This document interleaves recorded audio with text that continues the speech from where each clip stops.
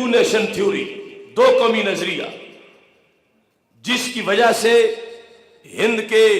ہندوؤں سے ہمارا اختلاف، نعرہ لگایا ہمارے اسلاف نے ہمیں جدا وطن چاہیے۔ یہ نعرہ نہیں تھا کہ جدا وطن گورے رنگ والوں کا چاہیے یا کالے رنگ والوں کا چاہیے،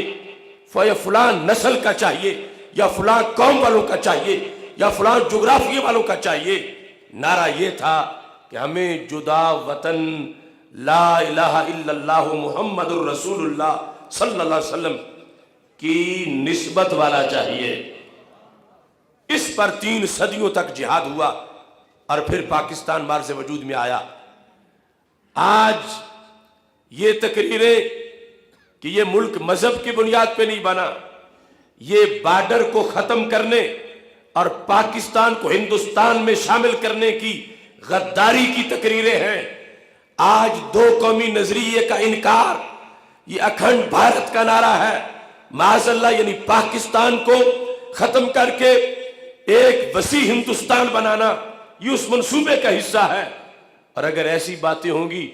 تو پھر کشمیر کی آزادی کا سوچا بھی نہیں جا سکے گا، جب پاکستان کو پھر ہندوستان بنانے کی سازشیں ہو رہی ہیں۔ تو اس بنیاد پر ان حکمرانوں کا منافقانہ رویہ کہ ایک طرف کشمیریوں سے محبت کے دعوے کرے اور آزادی کشمیر کی بات کرے اور کشمیریوں کے ساتھ یکجہتی کا اعلان کرے، اور دوسری طرف مودی کی بغلوں میں بیٹھے، اس کی گود میں بیٹھے اور اکھنڈ بھارت کے نظریے پیش کرے۔ لہذا آزادی کشمیر کے سامنے رکاوٹ ایسے لادین حکمرانوں کا منافقانہ کردار اور منافقانہ انداز ہے۔ آج بھی اگر یہ حکمران امریکہ کی غلامی چھوڑ دے تو رب کعبہ کی قسم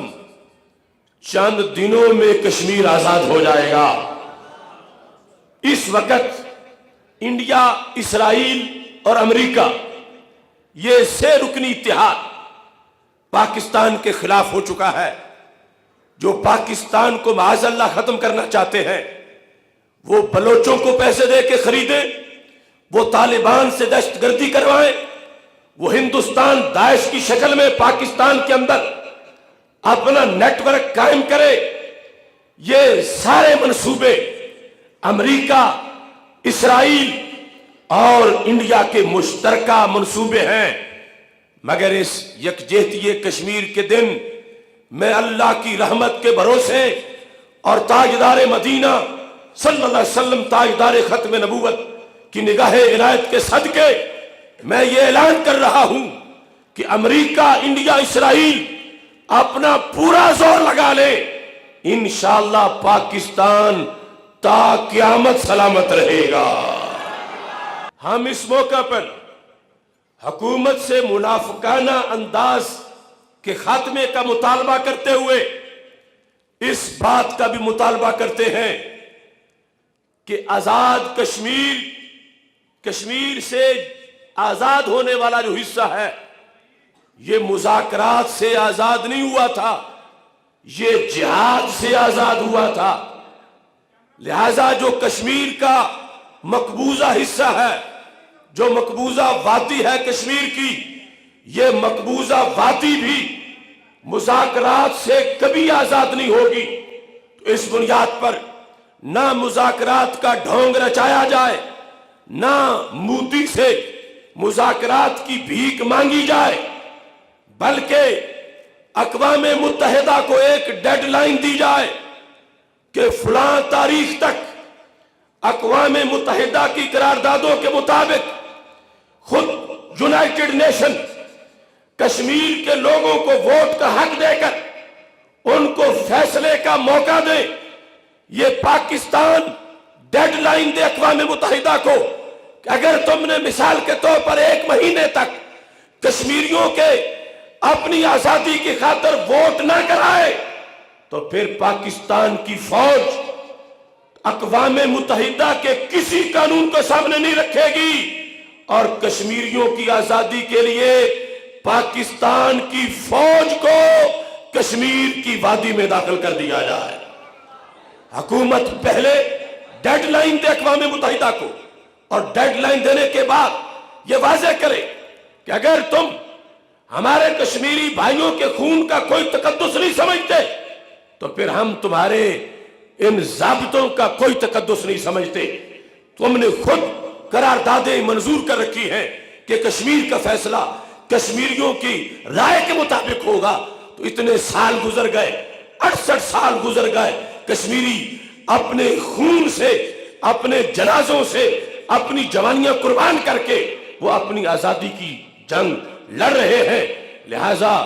اب فیصلہ کن اعلان کیا جائے کہ فلاں تاریخ تک پاکستان اعلان کرے کہ اقوام متحدہ اپنی قراردادوں کو عملی جامہ پہنائے،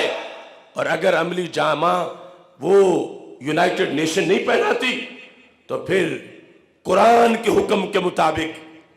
اسلام کے حکم کے مطابق جو جہاد کے فرض ہونے کے اسباب ہیں وہ سارے مقبوضہ وادی میں موجود ہیں۔ وہاں جس انداز میں مسلمانوں کے خون کی ہولی کھیلی جا رہی ہے، اور جس انداز میں اسلام اور مسلمان ہونے کو ایک جرم قرار دیا جا رہا ہے، تو پڑوسی ہونے کے ناطے پاکستان کی حکومت پر قرآن کے نقطہ نظر سے یہ لازم آتا ہے، یونائٹڈ نیشن کے بنائے ہوئے ضابطے قرآن کے بعد ہیں، پہلے انہیں خود ان کے اصول کا حوالہ دے کر انہیں کہا جائے کہ کشمیر کے بارے میں جو قراردادیں منظور کی گئی ہیں انہیں عملی جامہ پہناؤ، اور اگر نہیں پہناؤ گے تو پھر ہم تمہاری کوئی بات نہیں سنیں گے۔ پھر پاکستان کی آرمی کو، پاکستان کی حکومت یہ اجازت دے، اور جب آرمی مقبوضہ کشمیر کا رخ کرے گی انشاءاللہ لاکھوں لبیک یا رسول اللہ کہنے والے بھی ساتھ ہو جائیں گے۔ یا رب یا دل مسلم کو، یا رب یا دل مسلم کو، وہ زندہ تمنا